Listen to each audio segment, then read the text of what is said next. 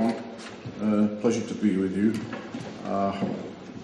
I'm of sufficient age to know that wireless is difficult and troublesome, problematic, and it's not easy. And I was brought up in wireless, and to my great delight, I now find it's becoming a black box industry, and it's become easy. So I just want to, this morning, explore some of the implications, and especially the future. The snag is that the future is kind of tricky to predict, if not impossible. So I like this headline because it completely destroyed the guy's business in one fell swoop. It was wonderful. Technology has given us incredible freedom. We can now go anywhere and work, and we don't need wires. And there's sort of social implications. People seem to think that they always have to be working non-stop everywhere, no matter what they're doing. And it's not actually the case, but there is now a melding of all forms of work and entertainment and whatever we're doing. People watch TV while working. They've always done this, but it's been paper-based. Now we just do it and we're online, and it's become easy. So what do we already know? It's quite clear that technology is changing much faster than we are. All the old rules don't fit or work anymore. Hierarchies are an absolute menace. They don't dominate anymore, but they're still there. Organizations are increasingly distributed and global. Being absolutely and utterly self-reliant for IT is not just important, it's essential. All the IT and security departments of all the major organizations on the planet are going to go the same way as the typing pool for the same reason. For any young people in the audience, I'll explain what a typing pool is later. Ultimately, absolutely everything becomes a commodity. Computing power, connectivity, wireless spectrum, all of it is becoming a commodity. And just about everything is now DIY. I don't have an IT department in my company, companies, and my children don't have an IT department either. And why would they need one? You just do this stuff. IT departments are there to stop you working. They're not there to help you. They're there to make sure they stay in the job. So what can we predict? Everything that you are going to buy, use and see in the next 5 years is either on a production line, being developed, or is well advanced in a research lab. You have to think in terms of about 10 years out to see anything really revolutionary.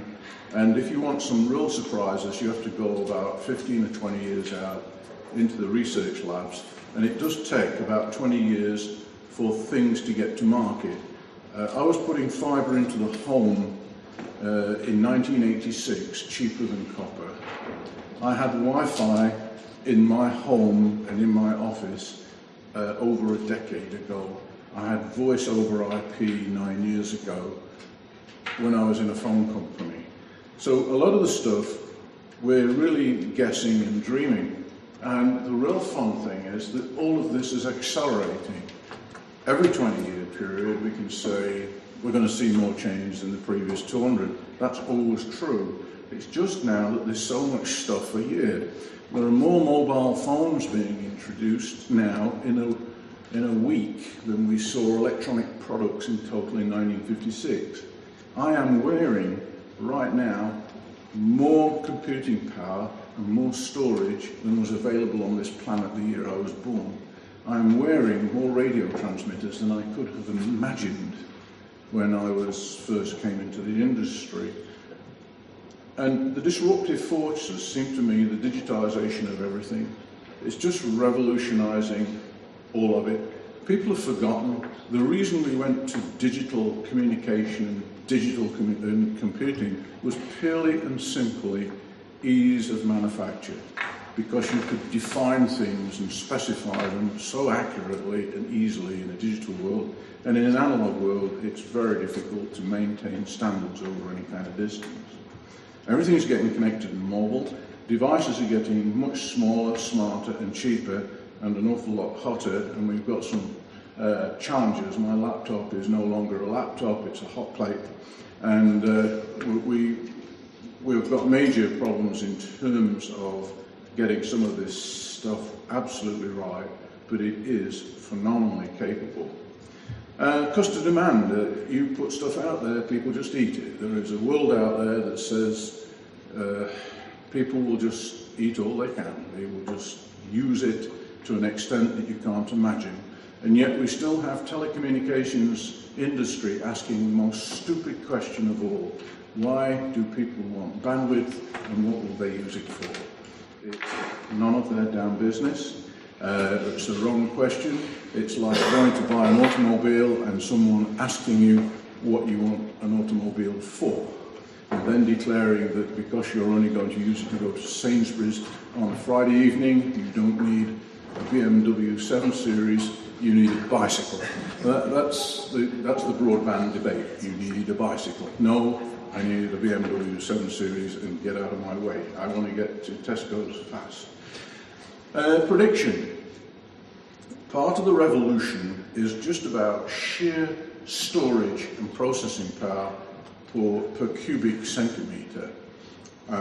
Roughly speaking, about 2015, the Super iPod or something like it will be able to store every music track ever recorded by mankind, and by 2025, a similar device will be able to store every movie ever made by mankind, and the devices will communicate wirelessly. So as you breeze around, you'll be able to get uploads and downloads and all kinds of stuff. And the question is, do you buy the device fully loaded? Is it topped up automatically by an agency? Do you pay to listen and view, or do you just steal everything as you do today? Well, I don't know, but for sure, this kind of technology is going to change all of the business models. And to my mind, and my experience in this life, this has been the big change. From an analog world of the 60s and 70s to the digital transition, which occurred principally during the 80s and 90s, we've gone from a it's all about me, the supplier, to it's all about me, the customer. Don't give me any grief, give me what I want, otherwise I'll get it someplace else, and I'll get it at the price I want, at a time and in the form that I want. So we've become quite belligerent as an audience. So the dream. We just want to wander around. I don't want to see anything come on my screen. I don't want to go to any selection process. I don't want to set any kind of preferences or make any selections. I'm a technologist. I just want the damn stuff to work. I want to open the lid and I want to go. I don't expect to have to go in and start twiddling control panels. As an engineer and a human being, I am staggered that normal people can, one, operate a mobile phone, let alone two, actually get online using Wi-Fi. This is not easy stuff to do. It is hard stuff to do, but people do it. What is really amazing is young people do it intuitively. They just don't seem to have a problem. But I now find that I can always get a connection somehow. I can always get online. So let's just look at where we've come from. This is where we started. Big infrastructure projects. Radio, shipping, military, police, emergency services, TV, broadcast and limited two-way services. And gradually we've gone to thousands of low-power, very low-power networks using all kinds of technologies that have also got decreasingly small, and it's gone from do it for me at great expense to do it yourself and just get out of my way. I go buy one, switch it on and it works.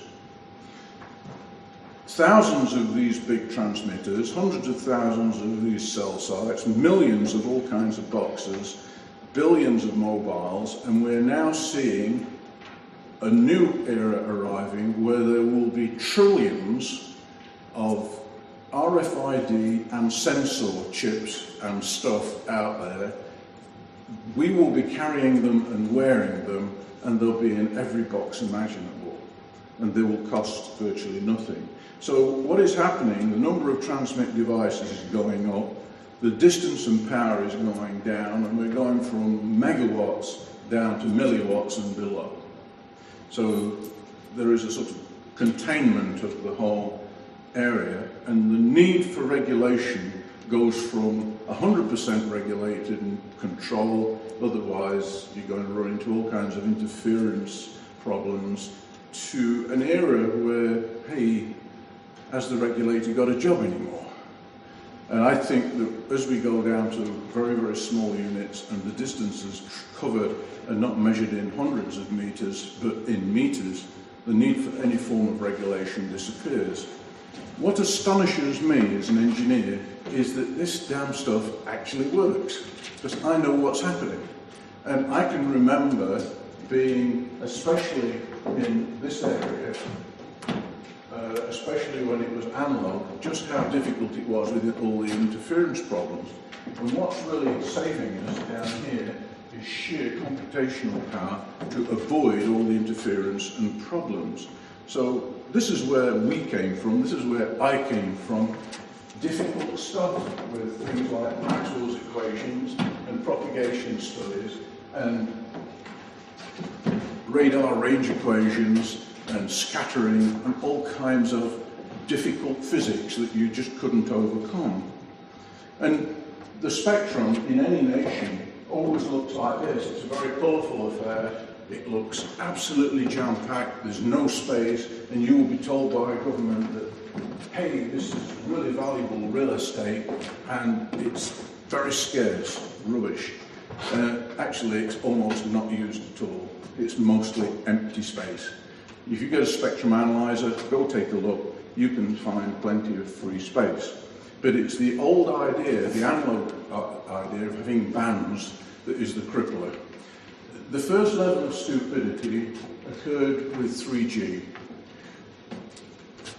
It was insane. They chopped the spectrum up into bands. They should have had everybody using the same band. It should have been a continuum, and they should, if they wanted to auction anything, they should have auctioned off the codes, the spread codes for the spread spectrum signal. By chopping it up into bands, they lost a lot of signal space and a lot of gain, and actually made the whole 3G rollout more expensive. You had executives in companies fighting over real physical real estate to put masts, towers and equipment. They could have shared that space. They could have shared the frequency space.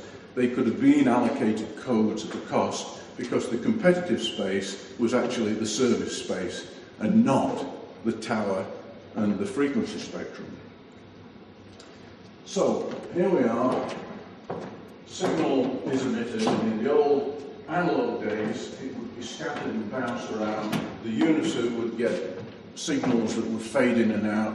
There would be interference and it would be a mess.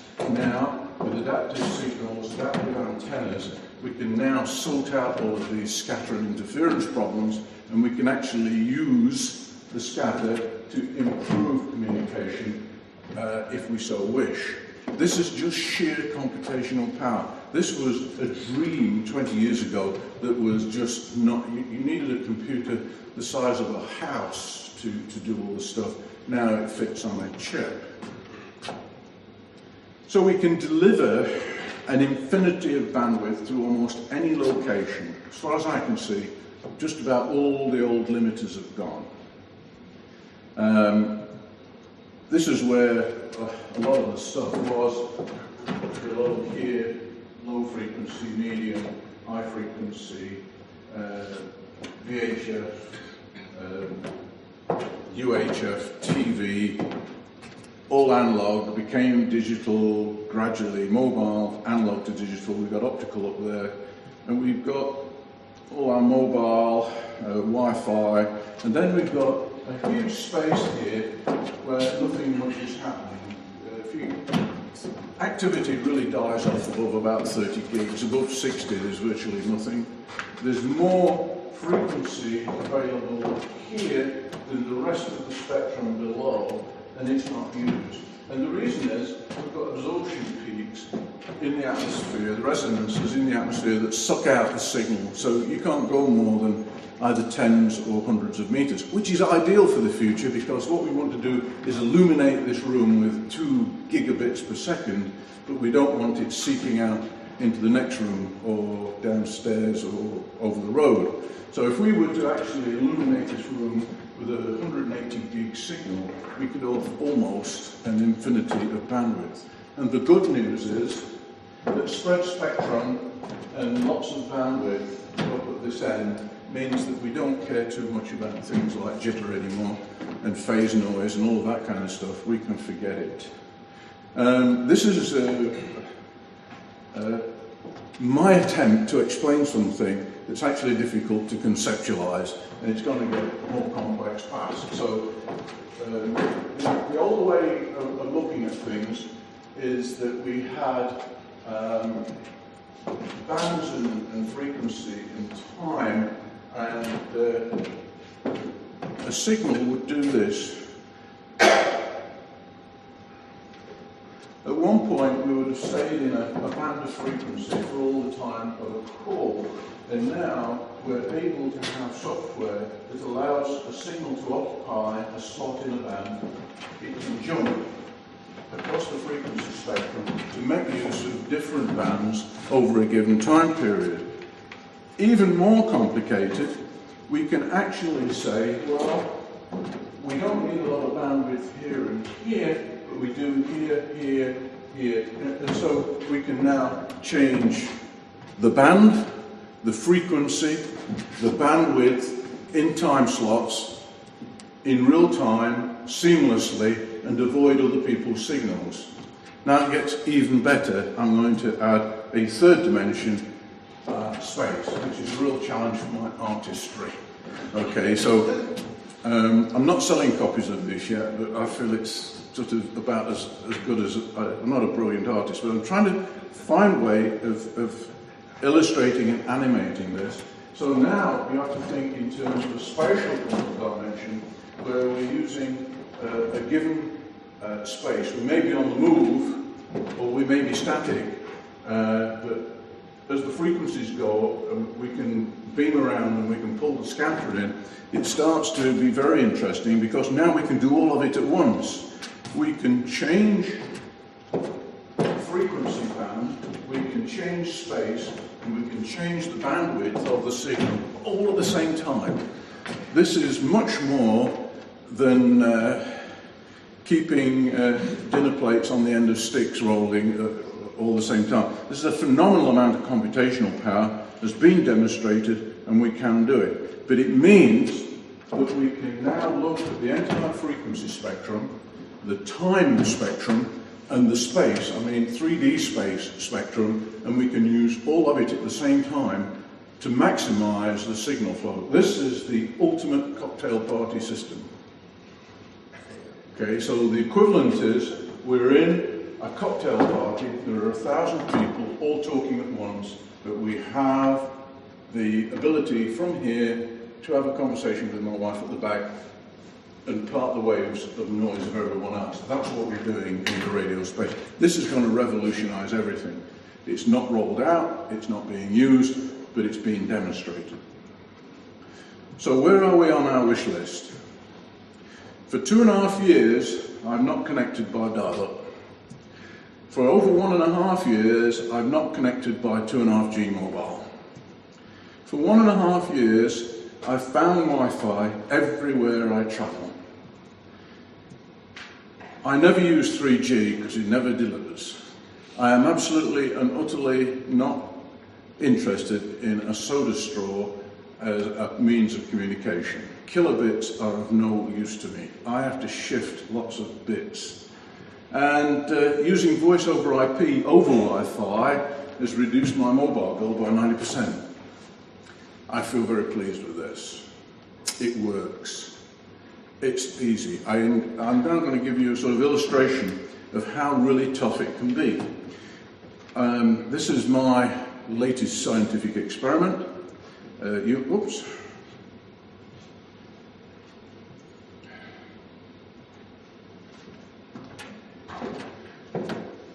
one city block, I get Wi-Fi connection for over 60% of the times I just roll up somewhere in any city in the world.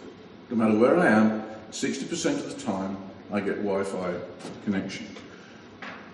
Within 3 city blocks, I get 95% connectivity. I just walk out of where I am and walk down the street, and within 3 city blocks in any direction, I get connectivity. And for 4 city blocks, it's 100%. I mean, it's so close to 100%. I never have a problem connecting in any direction 4 city blocks, wherever I am. And I go to some fairly obscure places. This is astonishing because it's happened really, really very, very quickly. Now, some other interesting stats. 35% of the time, I find free sites, just like that. 60% of the time, I hit low-cost sites. And 5% of the time, I hit rip-off hotels. Right, revelation. Join me in this campaign. The last 2 rip-off hotels I have been on, I have played merry hell about the price of Wi-Fi. It has been anywhere between 30 pence a minute to £10 a day. The script goes like this. Repeat after me, if you like, when you get to the hotel. What are you doing charging me for Wi-Fi? My towels, soap and shampoo only cost £7. Wi-Fi costs 50 pence. Why are you charging me £10? Next line is, I am never coming back to this hotel again. Next line is, I only stay at hotels where I get free Wi-Fi. So I have here last night's hotel bill, and I did the hotel bill, and the Wi-Fi has been taken off. It works every time. So I think if we can start a campaign along this line, we can do something revolutionary called the power of the consumer. Let's change the business model. So I have a list of hotels that I go to where everything that I want is free. And my requirement starts off free Wi-Fi, free parking, reasonable food, nice room, all that kind of stuff. So what do I look for when I travel? I wander around, I look for coffee shops with free Wi-Fi, companies that provide open access to visitors, friends who have open access, libraries and municipalities, and of course Wi-Fi that just appears out of thin air. I was in a hotel in Paris yesterday. There were 6 Wi-Fi signals. I don't know where they were from, and there were 4 of them were locked down, and 2 of them weren't, and we could get online. It was cool. Somebody challenged me in Silicon.com. I did a blog the other day that I was off my head because they can't find free Wi-Fi. So here's a hint for when you travel. If you want free Wi-Fi and you stood in the street, look out for anybody carrying coffee. Now, whichever direction they're coming from, backtrack and you will find the coffee shop. Find the coffee shop, you will find Wi-Fi. It's as easy as that. Some examples. This one was Brighton just 3 days ago. Needed Wi-Fi access, a la carte, free Wi-Fi. I like these places. This is cool. A selection from other places around the world. Notice this, right at the top of the menu, internet free. And so there's all these places that are just out there, and these people have got the idea. Wi-Fi attracts customers. If I can find Wi-Fi, I'll buy coffee, I'll sit and have lunch. It's just a very, very simple model. There's a divide. The USA, let's make it free and easy. The EU, let's make it expensive, really hard, and damn painful. And it's a weird mindset. So, typical USA, I wander up to buy a sandwich at a sandwich bar, and there's free access. Union Square in San Francisco, sit anywhere in the square, you can pick up free Wi-Fi from about 4 or 5 different providers. You come into the EU and it says, give us your money. And by the way, it won't be broadband, it'll be this silly 0.5 megabit stuff. So you're not going to get me, it's going to be expensive, it's going to be a narrow pipe. So it doesn't make any sense to do this. And then, of course, there's the illusion of free.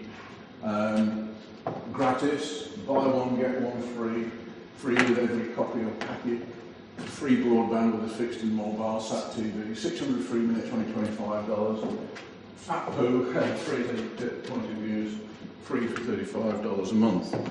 I did a deal with my ISP and they gave me Wi-Fi access at £5 a month.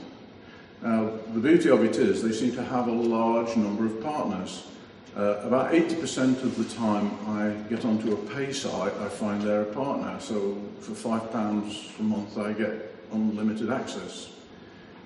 I'm really happy about that. I pay them for broadband at home, and I have this facility when I move around the planet. So what's going to kill all of this? There's a thing in radio called the sunspot cycle, about 11 years. It seems to govern humanity. It seems to be about the meantime between death of the managers in companies who are stopping progress and change. And it seems to be about the time it takes us to change all our technology. This is the first wearable in the world, 1936, like a rare thing. It took quite a while for the first transistor to arrive, and then the transistor radio. And despite all our frustrations, we're actually making very, very fast progress. We have got phenomenal capability. The cost of Wi-Fi is way below any other service. It's extremely cheap. It's becoming about as ubiquitous as 3G to all intents and purposes. And the rate of rollout is just accelerating beyond all of the services. So what might young people expect? I ran into an 8-year-old girl the other day who has never connected a computer to a network using a piece of wire. 8 years old, Wi-Fi in the home, Wi-Fi in the school. Her father works for a phone company. They've got Wi-Fi in the car coupled straight into the 3G network. So this kid walks out of the home, jumps in the car, online, and then goes into school, and has a contiguous life of onlineness and has no concept of a wired network. So I just wonder what young people will think a network is in 20 years' time. So some big predictions. Internet will be bigger than broadcast, distributed everything will be bigger than centralized everything, podcasting will overtake TV, amateur content will outclass professional content, home creativity will overtake the office, mobile will overtake fixed, machine time will exceed people time, and total screen time will remain almost constant. What will change the big providers? Funnily enough, the billing system is going to kill them. The cost of service provision on fixed line phones was eclipsed by the cost of billing in about 2001. So they had to change the basis on which they billed. AT&T's billing system was 33% of turnover, BT was at 22%. It was a crisis. The same is happening with the phone networks, the same will happen with everything else. Customers' willingness to pay is falling, everything is becoming a commodity, nobody cares. So the big deal is the business model. It matters more than everything else. The business model is king. The way in which things are structured, grouped together, is important. So big organizations never change until they see this guy staring them in the face. They have got to be absolutely at the point of death before they move. Here we are. This is what's happening to the world. People are becoming empowered, they're becoming free, they're becoming incredibly capable, and the change, I don't think, can be stopped. This is what a young person's network looks like. This is a very different world we're creating. People are now so connected, so capable, and interestingly, every day we know less, but hey, distributed ignorance wins. You don't have to know an awful lot, you have to be able to connect. These are the final observations. The GDP of any nation is critically dependent on the ability to communicate. If the bits and atoms can't move freely, you're dead in the water. And without true broadband and wireless, access will become impossible. It will be impossible to compete. Almost all of this is available on this website for yours to just download. This slide set will be on soon. Okay, thanks, Peter.